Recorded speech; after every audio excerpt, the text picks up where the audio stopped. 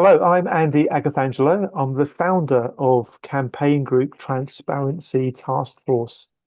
We're an international community of people who believe that the financial sector is profoundly important to the well-being of society, to economic stability, and to political stability as well. The central thesis of our work is the belief we have that sunlight is the best disinfectant. A phrase first used, of course, by Justice Louis Brandeis in his book Other People's Money in 1914. We've effectively built an entire international campaigning organization around the idea of speaking up for transparency. Transparency Task Force, or TTF, was started in 2015. And over the years, we have found ourselves becoming increasingly interested in the underlying dynamics that cause or perhaps even allow the financial sector to misbehave. And of course, we're all very, very aware that when the financial industry does misbehave, it can cause catastrophe. The global financial crisis being the obvious example to refer to, not only did it cause economic carnage around the world, it sadly, according to research by Oxford University, also led to something like 10,000 additional suicides around the world. People lost their work because of the crisis, people lost their homes, people quite literally lost their reasons to live. In recent years, we've also become increasingly interested in theories or uh, concepts like state capture and, of course, corruption. And that theme of corruption is a theme that we're coming to spend more and more time talking about, deliberating on, trying to understand.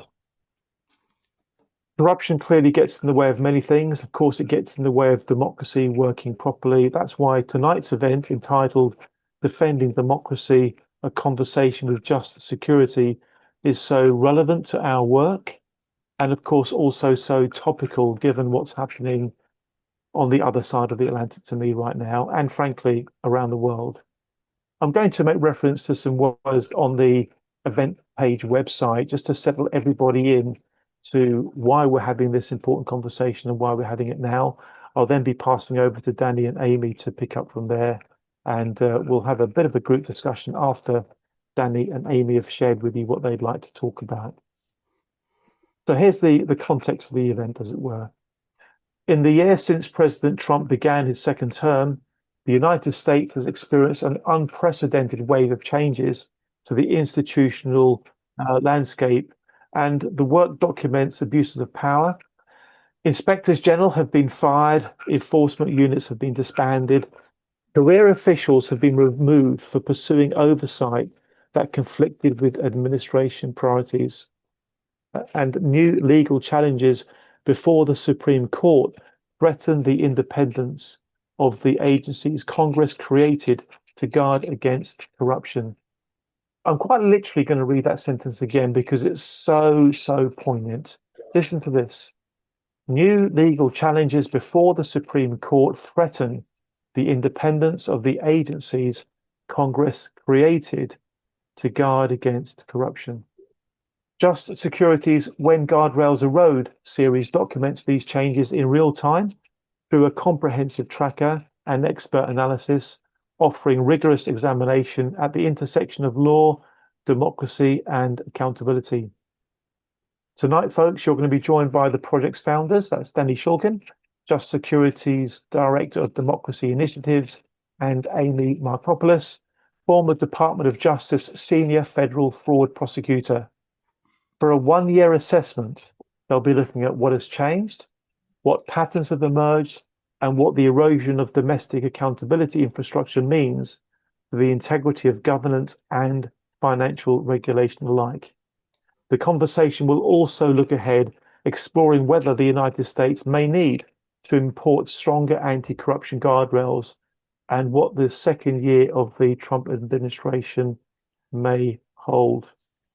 I hope that sets the scene very nicely, folks. Can we first of all show our appreciation to Amy and Danny for the work that they do and also for being with us this evening? Hey, meet Danny. Thank you very, very, very, very much indeed. You're so welcome. We're Thank you. all we're all looking forward to this. I'm going to pass things over to you to take things forward as Okay. you wish. Thanks, Danny. Thanks, Danny.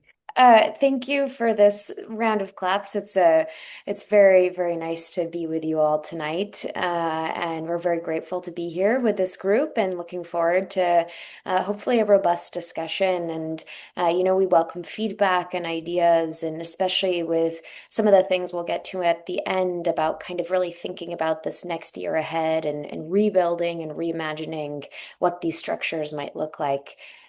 So thank you to Andy and Alex and the Transparency Task Force for hosting us. We're really grateful to be here. So last summer, Danny and I launched this project at Just Security. And so for those of you who don't know, Just Security is a nonpartisan, editorial, independent law and policy journal that is based at NYU Law. And our goal was pretty straightforward. We wanted to document in real time the structural changes that were happening to the US anti-corruption architecture and to bring together expert analysis on what those changes mean and what can be done about them. And so, just by way of background, Amy and I met when we were both working at the Department of Justice. I had worked at the White House for a few years before at the National Security Council, where I had to work on a range of issues because you're kind of dealt with the constant onslaught of whatever's in the news on a daily basis, but ranging from sanctions, foreign influence in elections, disaster response. And I have a background, an academic background in both administrative law, how the government works, and national security. But Andy, I started my career as a baby researcher on the 2008 Financial Crisis Task Force. Nice. So that I started off kind of thinking about some of those structural issues, and I am proud to say that I'm still thinking about them today, though dismayed at what's happening in the US. And I was a career fraud prosecutor. So I was at the United States Department of Justice for over 10 years, and I worked in prosecuting corporate crime. So I covered everything that was in the white collar sphere, from healthcare fraud, which is doctors accepting bribes or submitting bills to the taxpayer funded Medicare system for things that they weren't doing, to Foreign Corrupt Practices Act, which is foreign bribery cases, and everything in between. In 2023, I moved up to be then Deputy Attorney General Lisa Monaco's corporate and international counselor. And so I oversaw all of the department's work in the corporate crime space, which included cases like the Binance case, which has been in the news recently, and national security corporate crime cases, antitrust cases. So anything that really touched on criminal charges brought by the Department of Justice against corporations.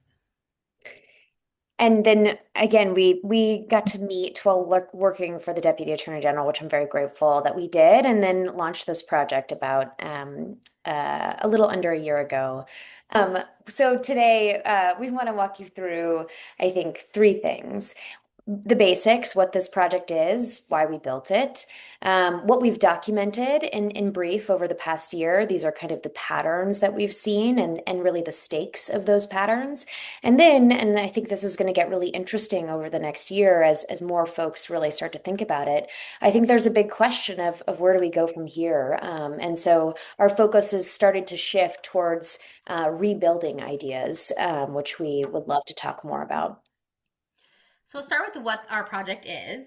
So when we first started having these conversations, we were talking about what corruption is generally. And corruption is generally understood as individual misconduct, right? It's a bribe, a kickback, a secret financial interest. And that's what my career had really focused on.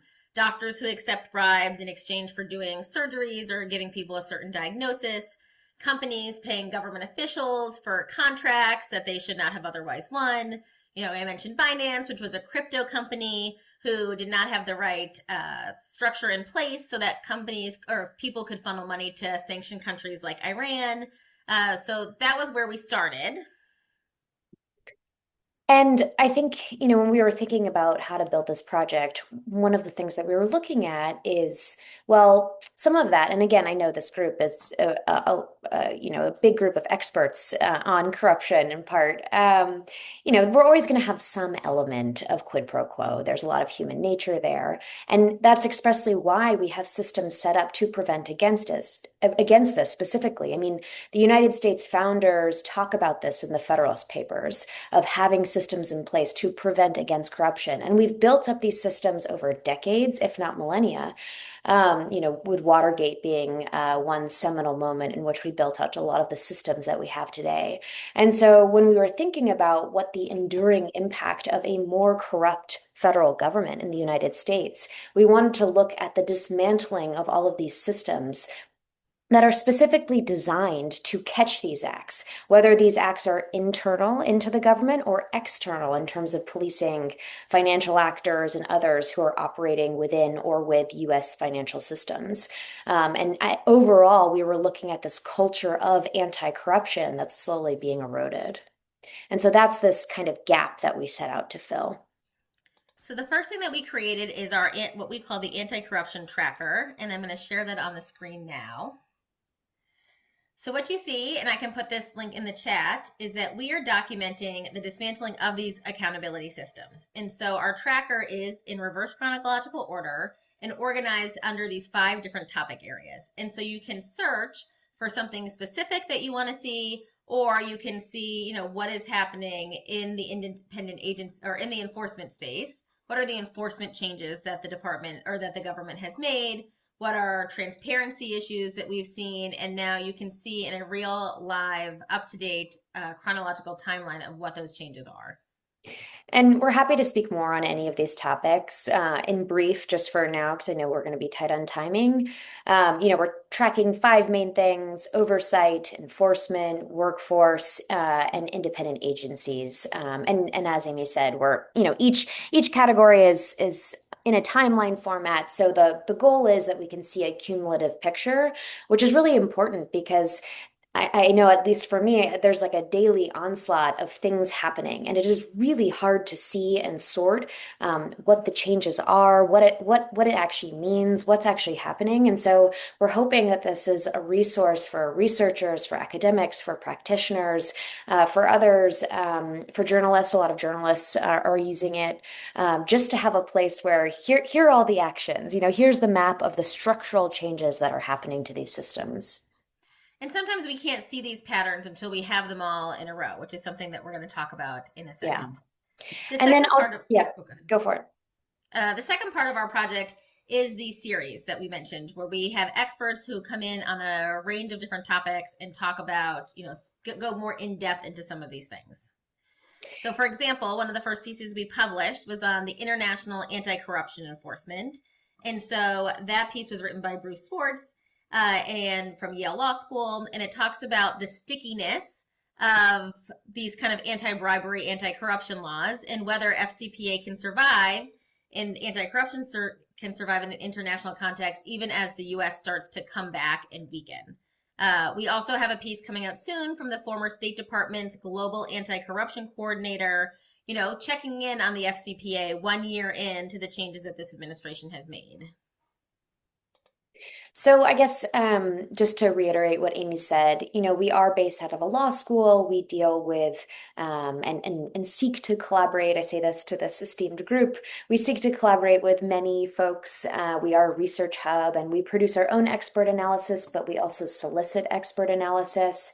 And we're seeking comparative perspectives. I think I saw Naomi somewhere in the audience. She published a great piece with us on a comparative perspective on whether the United States is showing signs of becoming a captured state, building off of her recent book on the issue. And we're also, as I kind of mentioned at the top, hi Naomi. I see you. We're also starting to explore structural reform ideas. So, whether, for example, inspectors general could be moved to the legislative branch, which is kind of the chief oversight individual in U.S. federal agencies, and many others moving forward. So we're kind of excited to explore that. And again, as Amy noted, we think this approach matters because we think it's important to reveal patterns and what's happening, and we hope that this is a useful resource generally for all. So when we kind of look at our tracker as a whole, we've identified a number of patterns that we thought would be interesting to discuss with you all. Yes, this is kind of the meat. So happy to go into more detail. And if you have questions, feel free to stop us. But just to start off, the first pattern is something I'm sure you've seen in the news. This administration is quite simply removing people who do oversight.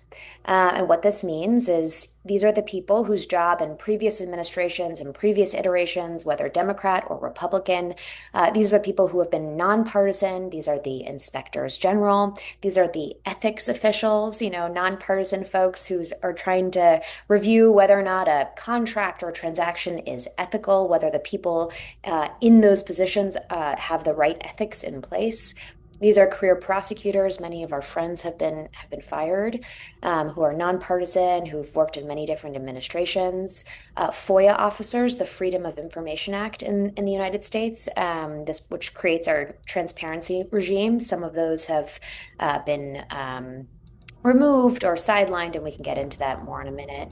Military lawyers.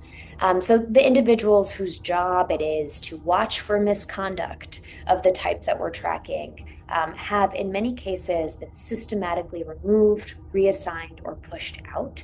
And so, in short, what we see is that independent oversight is treated as an obstacle, not as something to be retained and valued. The second pattern we see is dismantling of these specialized units that investigate these types of corruption. So that's the public integrity section at the Department of Justice, which focused on politicians who are accepting bribes or committing other types of crimes. Now, that doesn't mean that the department is not still going after those types of actors. These things are still federal laws. People are still being prosecuted, but we're losing that centralized resource or that centralized unit that really focused on that, where we housed a lot of specialty in prosecutors and investigators. And often when you're getting pulled to do many different types of cases, these public corruption cases or any type of financial corruption cases just take longer than some of the violent crime cases that we're seeing, because it involves a financial investigation, it involves significant interviews. And so we expect to see that those cases will just slow down when you don't have a unit that is individually focused on that type of work. So it's not just the public integrity section. The FBI's Public Corruption Squad, which is the group that used to investigate these types of crimes, the Consumer Financial Protection Branch, the National Security Corporate Enforcement Unit that worked on corporations that were violating national security laws. And so these units all represent decades of accumulated expertise and institutional memory that some have warned will take generations to rebuild. And so, building off of that too, I'm sure folks have seen in the news some of the prosecutors that have been fired, career prosecutors. And so, what we've seen in small part, and potentially will get bigger, is just simply politicized prosecution. So, we've been tracking this. This includes public demands from the president to prosecute political opponents. If you are tracking the president's they're not called tweets. They're called something else on his truths or something. James Comey, the dismissal of the former New York City mayor's bribery case over prosecutors' objections. And then something that I worked on when I was at the White House, we used to have a system that was set up after Watergate, actually, of a very limited interaction with line prosecutors. So the White House, historically for decades, has not been allowed to call over to the Department of Justice and demand to speak to line prosecutors, or really most prosecutors. And part of my job in different iterations when I worked at both the White House and DOJ was to be somewhat of a bridge and in a betweener, to make sure that prosecutions were safe, that they were the kinds of prosecutions that we knew they were following the evidence and trying to do justice at the end of the day. And what we're seeing is a weakening of that guardrail, if it even exists anymore, between the Department of Justice and the White House. And that's very, very concerning. And then there's been allegations of conflicts of interest involving the Attorney General's family, specifically her brother, which we're, kind of lightly looking into. And if interested in looking more into that, I'm happy to point some of those reports your way. And then just kind of the general retaliatory firing of FBI agents and other officials who've worked on politically unsavory investigations in the minds of this administration. The fourth pattern that we see is a targeting of the legal profession. So at least 15 major law firms have been targeted by executive order, which is a written directive from the president providing instruction on some sort of something to do. And these have suspended security clearances of lawyers, terminated federal contracts, and these are all against people that the president has described as personally detrimental, and he is specifically targeting individuals. Now, a bipartisan group of former officials have warned that these actions have the potential to chill the independence of the legal profession itself, which means that these law firms may not be willing to represent whistleblowers who are going against the administration. They may not be willing to take positions against the government for fear that they will lose their security clearance or lose a federal contract. And that is not the role of a lawyer, and that really is a challenge to the foundation to the rule of law. We haven't seen it in every law firm. There's law firms that are pushing back.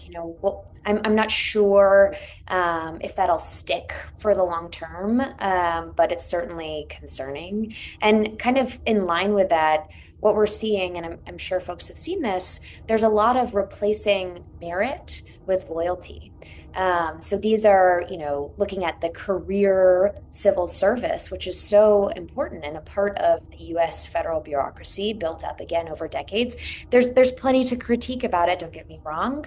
But what we've seen is new job classifications that convert certain career civil servants, the folks who are supposed to be nonpartisan, the folks who are supposed to be experts, into at-will employees who can be fired more easily.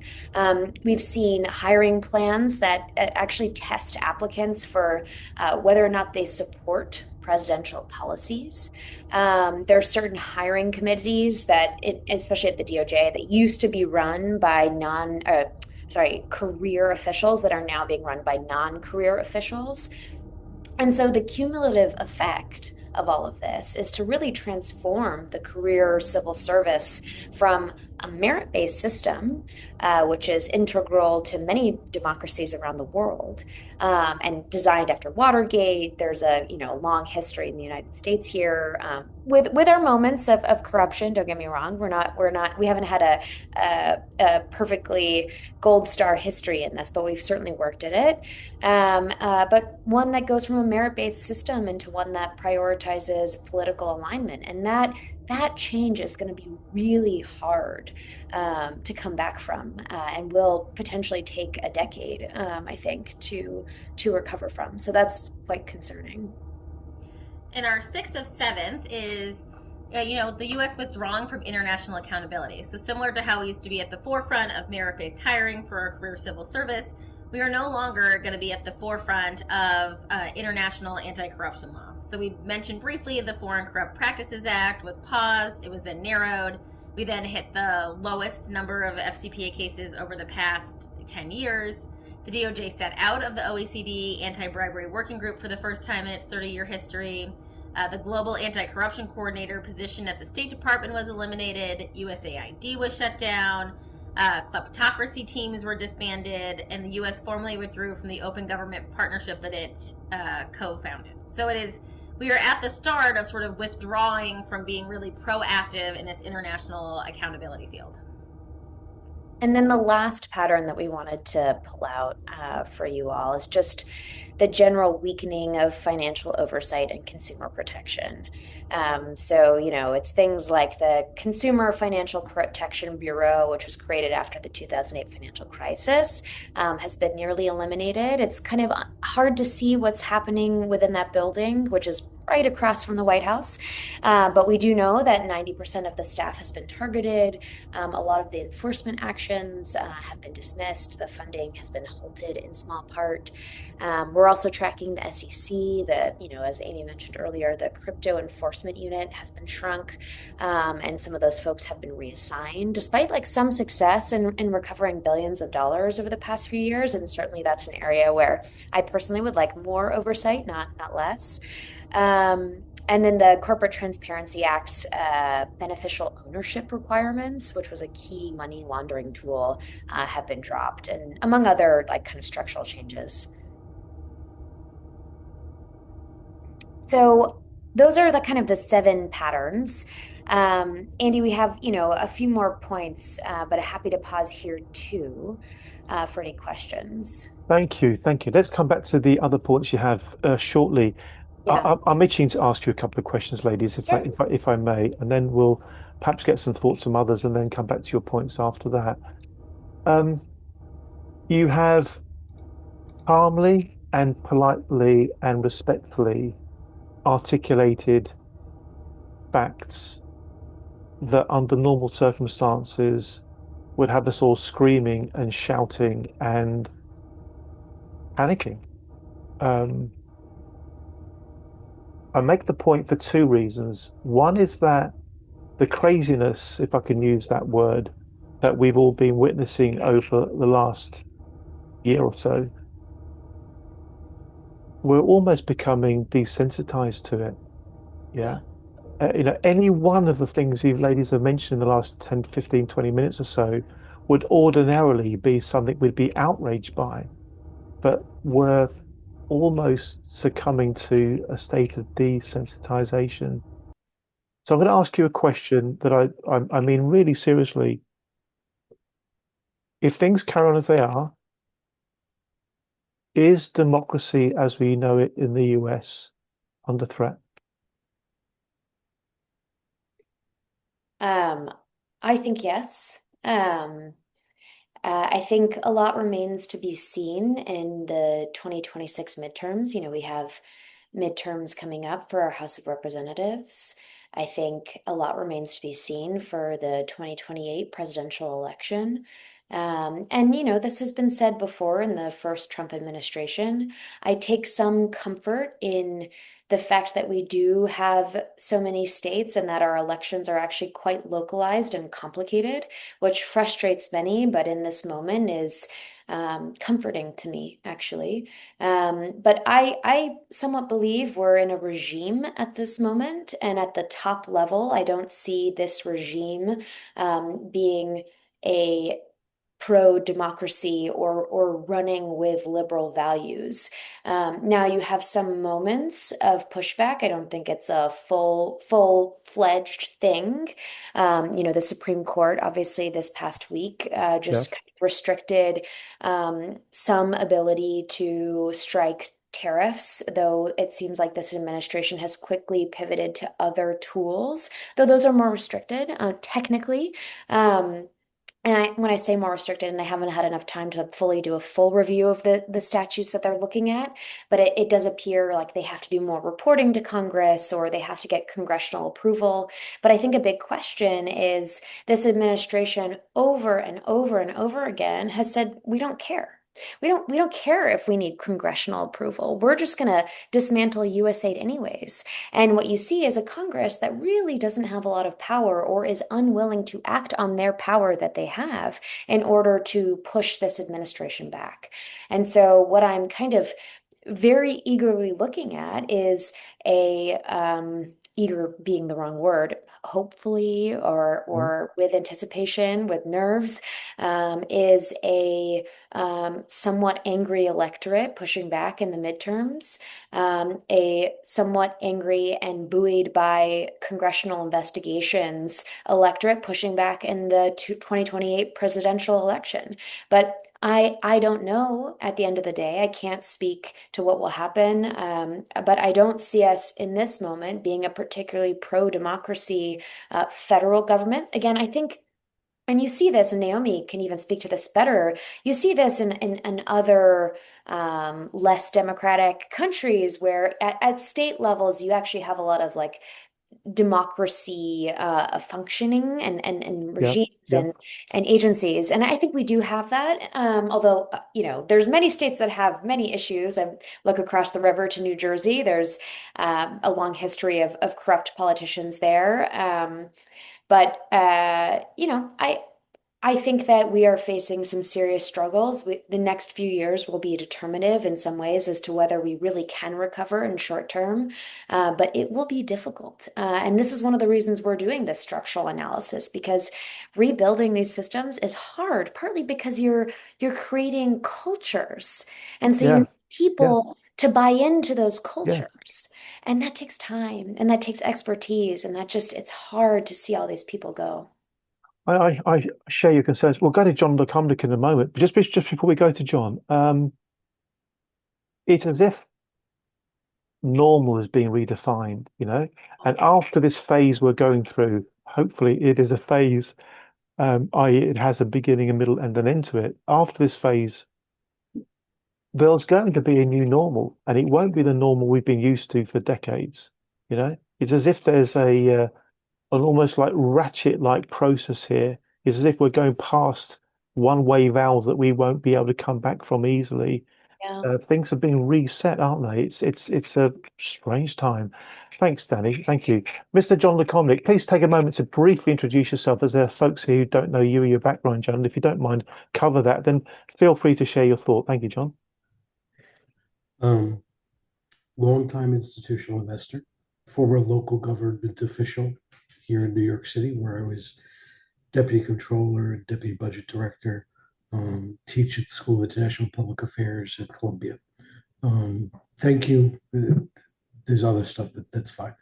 Thank you for doing this. Andy, thank you for bringing them on. Because of the nature of who Transparency Task Force is, I'd like, and I apologize, I'm going to throw a lot of things in here because I have a hard stop at the end of this. So I want to also give you some resources potentially. Because of the nature of who we are, I want to also talk about how this is affecting the capital markets and other ways that corruption has been enabled. First, there is just the decrease in data, everything from weather satellites being taken out of orbit so that you can't justify climate change issues, to decreased regulatory, to changes at the SEC and the PCAOB in terms of what is required. I do note that, as you said, this administration at this highest levels is not pro-democracy. Neither are they pro-corporate democracy. A Trump entity is literally the only entity that has ever been fined by the SEC, obviously in prior administrations, for violating gap disclosure rules. And they have been moving towards what I had called even before the election, a corpocracy, where strong CEOs are asked to be enabled rather than constrained or overseen by boards of directors or shareholders, the rules on shareholder proposals, the threats of antitrust violation based on systemic stewardship issues around things like climate change, remove another area of oversight, which is not legal within the government, but within the economy, from the economy. I would also note, obviously, rule of law, instability, even something as relatively trivial as, do we have tariffs? Don't we have tariffs? What are they? When are they here on Tuesday? Are they not here on Thursday? And picking winners, saying we will facilitate a particular corporation if you give us 10% of your shares, which is, a traditional autocratic thing. It's enough with that, but I will give you some resources. A number of us have been talking about this for a while. There's a great Brookings Institute study going back a few years. My friend Stephen, frequent co-author Stephen Davis, has been involved. Danny, you were on the Global Financial Task Force. Damon Silvers has been writing about this for years and talking. He is now obviously in the UK, so thankful. Jen Emerson and Bill Burkhart, another one of my co-authors, just did a Substack on the threat of autocracy to the capital markets. And one other thing, just on the information piece, there in the UK, happens to be an American, but the vice dean at the Judge Business School of Cambridge, Alan Jagelitzer, has been doing a lot of great work on disinformation and misinformation. So if you're not connected with any of those That's it. glad to put you in touch, and I personally would like to be in touch as well. But I know you guys are lawyers, and so it's obvious that you are focusing on things within the federal government and within the legal system. Um, but I think that either becoming more inclusive of these threats to the capital markets and the economic system, or a parallel effort um, would be really useful, because they work hand in hand, as you see from Elon Musk's outsized influence, or what can Peter Thiel do when you are encouraged to have a corpocracy, and then a sort of, not military industrial, but civilian security industrial complex. So I'd like to hear what you're doing. It's a Yeah. long set of things I just downloaded because, as I said, I have a hard stop a little before the end of the hour. And Um, happy to touch but base, yeah, if you're at NYU, it's easy enough. yeah. And but I'd love to know if you are working with people within the economic sector as well as the legal sector. Yeah, so I'll take this first, and then Frank, I see your hand up, and then I do want to get to just a few kind of like global concerns and things that we're working on. So one, yes, we are, though welcome, as I said at the outset, we welcome collaborators. I've got a few folks who are more on the academic side of things, not lawyers, but on the academic side of things, looking at some of the changes, the regulatory changes. And then I'll give an anecdote that should stay within the confines, of some of this group. But I was at a lunch with the former Justice Breyer, Supreme Court Justice, about a month ago, and it was in San Francisco. And there were a bunch of leading venture capitalists around the table, whose names I will not go into, whose companies I will not go into. And I was there as like a representative of like a rule of law perspective, and I was with one other Stanford rule of law perspective person. And this person at the end of this meeting, which was about to glean, the justice's thoughts on this moment, referenced the fact that he had lived in China for a few years, and their system, which includes bribery, seems to be quote unquote more efficient. And why don't we actually join with other countries, because it is actually more efficient to do this? He said it a little bit more eloquently than how I'm saying it now, but that was his main point. And then around the room, I watched everyone nod. There was lots of nodding going on, And I think, and this is just an anecdote, and I don't think anything is necessarily happening, but I do think what we're seeing is how quickly businesses shift to accommodate new circumstances. It is much more efficient for them to accommodate these new circumstances, though I do see the note in the chat that it can be more complicated in some ways, because it's not clear what the regular order actually is, and that can be very complicated to navigate. But it was just a moment of like, oh my gosh, the businesses are responding so quickly to what they see as opportunities to do business differently, and in their favor much more. Frank, do you want to say something really quickly? Let me come back after your global Okay. talk. Great. So just briefly, we want to go through, particularly for this audience, why this matters, and others have noted this already, but why this matters for a global audience. So obviously there's concerns domestically, whether or not we're a democracy, whether or not internally we can handle our own affairs in a just and liberal way. But John, you mentioned this. What we're seeing on a global level is the architecture that we have all relied on is being weakened at its center. So what does this really mean? The United States has spent nearly 50 years helping to build this global anti-corruption enforcement structure. Amy mentioned the FCPA. This is through decades of diplomatic engagement. These are principles that have been uploaded into binding multilateral treaties, of which I'm sure many of you know about: the OECD Anti-Bribery Convention, the UN Convention Against Corruption. and then downloaded into dozens of domestic laws in countries. And so this architecture doesn't just serve American interests, it creates this ecosystem that we're all kind of here to support, especially for the anti-corruption practitioners around the world to operate within.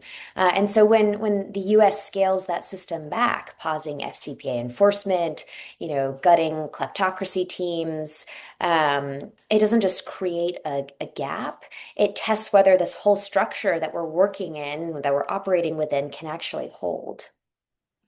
And what we're seeing is that this enforcement gap and the decrease enforcement is actually something that we can measure. So FCPA convictions and fines were at the lowest level in 2025 than they have been in 10 years. The SEC's civil enforcement in FCPA has largely ceased. And we are hearing that cross-border investigations that depend on U.S. cooperation are stalling. And John, to your point about, the effect on the real world effect on businesses, a lot of our FCPA and white collar cases rely on self-reporting of companies to come in and tell the government, we found this violation ourselves and we're telling you about it first because we want to get a better resolution at the end. And what I'm hearing is that companies are deciding that, yes, they may not be willing to violate the law and they're going to root out that type of behavior, but they're not going to tell the U.S. government about it. They think their chances of getting caught are much lower than they were 2 years ago. And so, I don't think that these publicly traded companies are going to know that they're paying bribes and then just let it go without taking any action. But I do think that the number of self-reports that we're going to see is going to decrease, which will then inevitably lead to even fewer cases that are coming about. And so, not to just kind of say only negative things, we've obviously seen some international and US state entities stepping up to fill some of these gaps. And so, we'll see how those develop over the next year and more. And some of the anti-corruption norms have proven to be pretty resilient overall. They exist in the international treaties, foreign domestic laws, legal systems, and US states. And those folks have retained the authority to enforce them. I want to call out the recent UK, France, Switzerland joint task force against anti-corruption that's being built out. And then US states like California and New York are kind of trying to build out initiatives too to fill some federal gaps. Though it's tricky, in the US system, what happens in legal cases of these sort is that federal prosecutors kind of get their pick of what cases they want to bring. It's not that states can't bring them. It's just that federal prosecutors have historically kind of swooped in and said, we would like to do this case. We're going to pull it out of the state apparatus. And it's best for us to do. We have more resources. We have more knowledge about how to do these cases. This, state of California, it's not for you to do. And state attorneys general typically don't have as many resources. Investigators can't go into businesses like the federal government can. And so they don't have the systems or even the systems to identify which cases to bring, like the pipelines, like the federal government can. But we are seeing some effort by specifically California, New York, and some others to kind of build that out a little bit more. And I think a question is whether this architecture can survive, this global architecture can survive without US leadership. I saw some quotes in the group chat about the rules-based world order is over. And yeah, I think it's a question about survival now, and how do we build institutions that are going to be harder to dismantle than the ones that we're losing now. And so I think it's up to us as a global community to see how we can fill these gaps. And that's especially like kind of what we are afraid of. Like, who is going to fill these gaps? We have a piece coming out. Like, is China going to step up and put their own anti-corruption spin on things as the US's voice draws back? What are companies going to do? Are they going to take advantage of it, or are they going to be more measured? But what are these trickle-down effects? And so we think that the work that we are doing, although it is focused on the US federal system, it is a global undertaking overall. So where do we go from here, right? We've laid out what we've done, what we're seeing, kind of what our concerns are, but what is next? And so we think that the documenting of this erosion is essential, but it's clearly not enough. So going into our second year, we are really focusing on what rebuilding is going to look like. And in some cases, what building back something better is going to be. And Frank, I'm actually if you don't mind, I might just take your comment right now on the tariff case.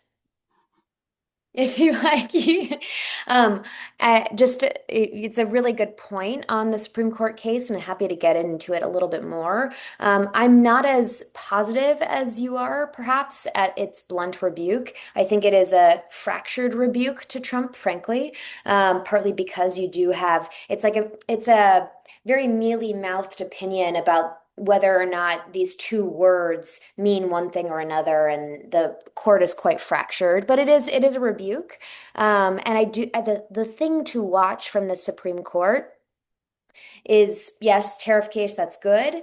A case that will be much more structurally difficult to come back from is on whether or not certain independent agencies can exist. And I'm not confident, except for maybe some of the financial agencies, that this Supreme Court is going to do the same level of rebuke. Um, but yeah, Frank, I called you out. I apologize. And if I may, just before we go to Frank, if I may, just before we go to Frank, I wish to put it on record, as it were, that in all sincerity, one of the proudest moments of my career, and it's been a long career, was introducing Frank at this summit we had in Parliament back in November. He delivered a superb speech about the importance of us all standing up and fighting back against corruption in various forms. And I've got the speech with me. I'll put a PDF of this speech that Frank delivered in Parliament in the UK back in November in the chat shortly. Frank, we're very pleased you're here. Of course, if it wasn't for you, we wouldn't even have or even know Danny or Amy. So thank you very much for that. Please do make your point, sir. Thank you very much. Thank you. Okay, I'll be very brief. Thanks for all that flattery. My name is Frank Vogel, and I'm a co-founder of a group called Transparency International and another called the Partnership for Transparency Fund. I won't get into the Supreme Court.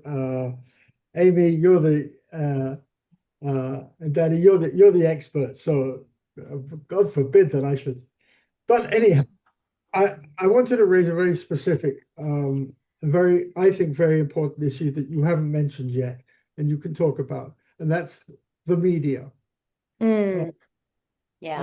I think that Trump's efforts to coerce, censor, manipulate the media are incredibly serious when we're discussing corruption. The effort, of course, is to diminish the ability of the media to investigate and to expose and to be critical of the government corruption and the self-dealing.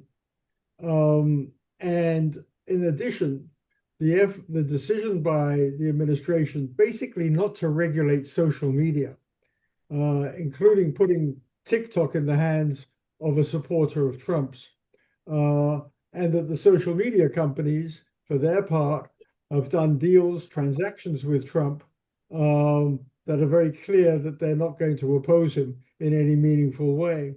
So our media is being corrupted and curtailed, and I think that's incredibly dangerous. But I'd also like to add to that just one other part. The best book on corruption to come out recently for anybody who's interested is called Corruption in America, a 50-Ring Circus. And it's by Professor Michael Johnson and Professor Dinser. And it looks at corruption in the states. Alabama is found to be the most corrupt state in the United States, followed by Arkansas. But the point that it comes so clearly from this book is that the decline of local media, many media companies, local newspapers have ceased to exist in the United States, that the decline of local media has meant that there is really nobody monitoring and watching state and local governments, which is basically opening the door to enormous corruption at those levels.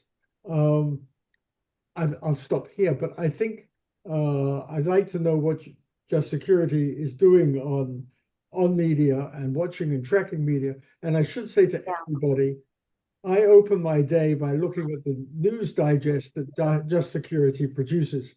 Wow. It's terrific. So please, everybody, sign on to Just Security and get your daily news digest. But okay, I'll stop.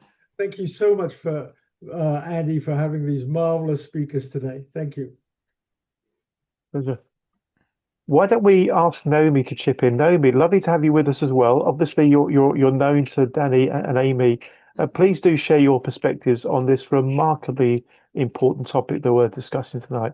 Naomi, over to you. Then we'll go to Amy and Danny for any sort of final thoughts as we start bringing our conversation to a close. But let's first hear from Naomi. Thank you.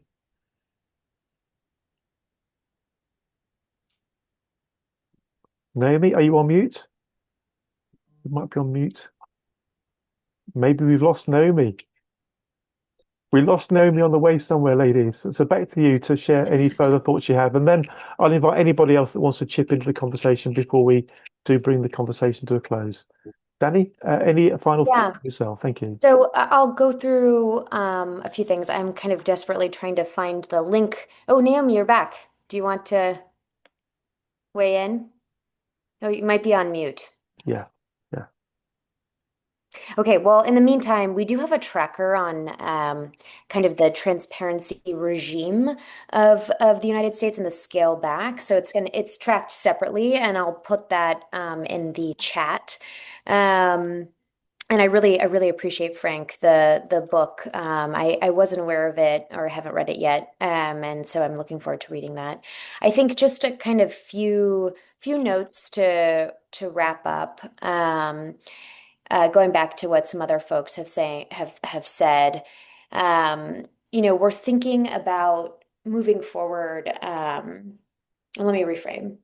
I think like these systems that we're all talking about, they weren't built overnight. And they won't be rebuilt overnight. So moving to a little bit more positive way of thinking. Yes, it's very bad. Yes, there's some serious issues from all sectors. And I'll put in some of the other work we're doing on the media, which isn't necessarily a part of this project, but Frank, I take your point very clearly. But these systems, they were built by people who recognize that public office is a public trust, and that trust requires structures to maintain it.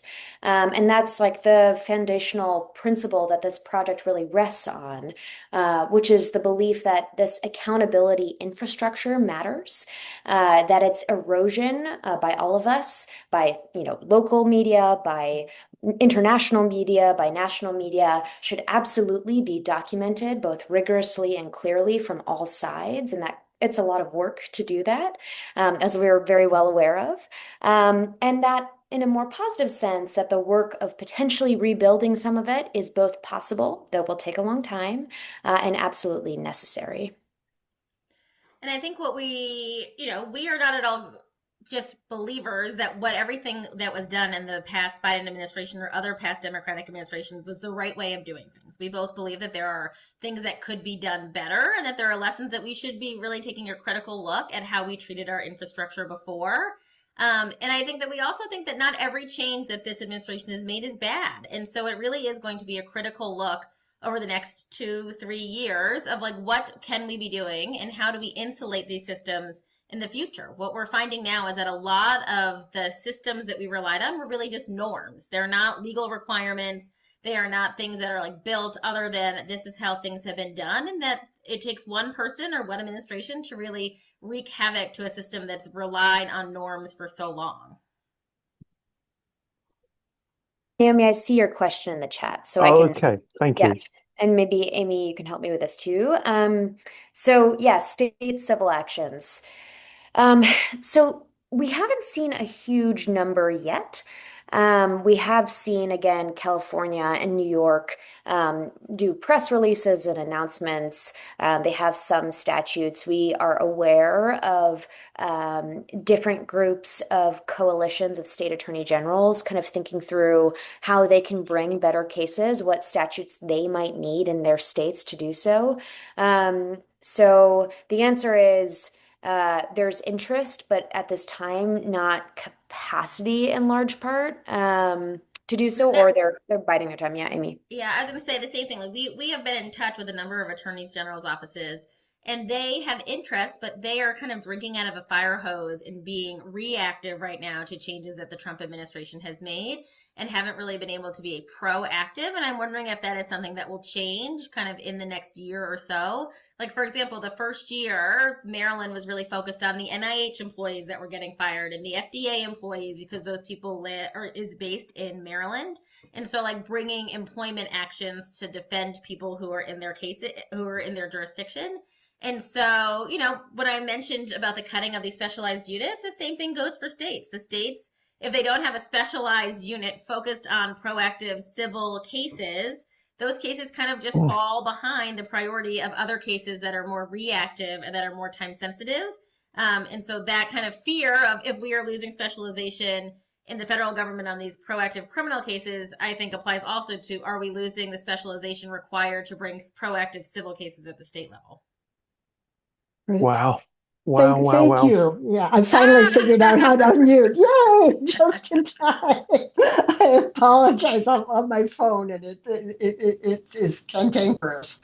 But yeah, thank you so much for this. So, I've been doing all this comparative work, and two things that I've seen that we could think about in terms of how to come back from this.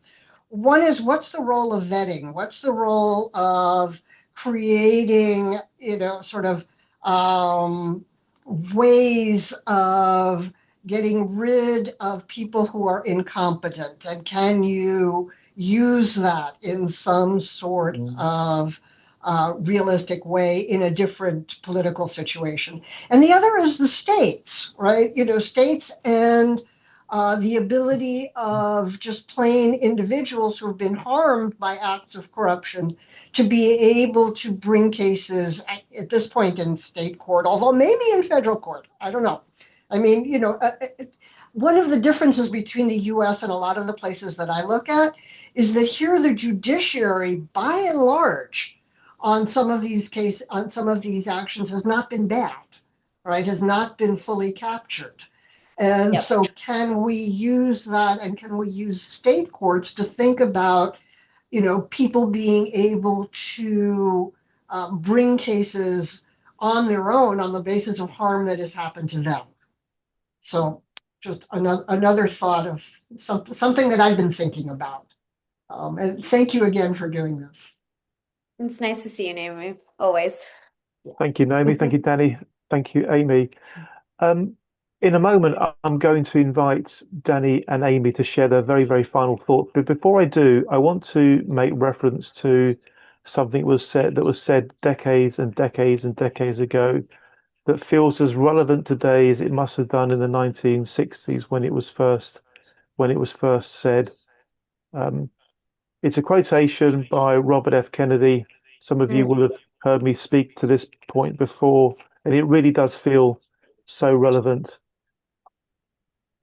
And this is effectively the call to action, folks. We all have a individual and collective responsibility to not tolerate that which we know to be wrong.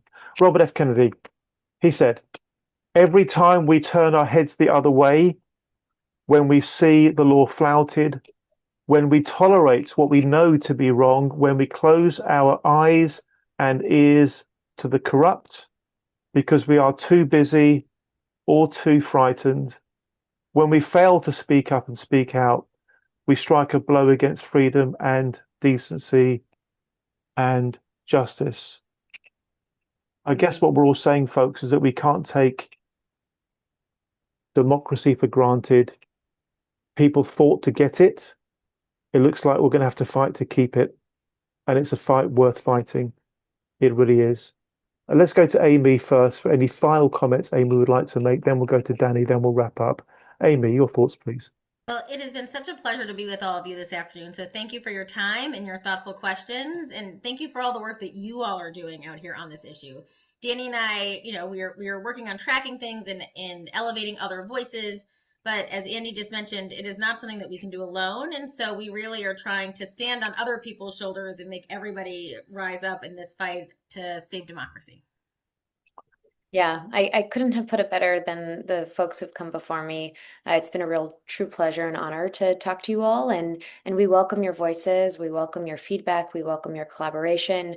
This isn't something that we can do alone, both as individuals and as a country. So thank you all for your work and time on this very, very important topic, and hopefully we can make a dent, if not a difference. Fantastic. I think making a dent is making a difference, Danny. Thanks, Amy. Thanks, Danny. Let's show our appreciation to our wonderful speakers you so tonight, folks. much. Thank you very much indeed. Thank you very, very much, ladies. Thank you. Cheers, Frank. See you next time. Thanks all. We'll wrap it up.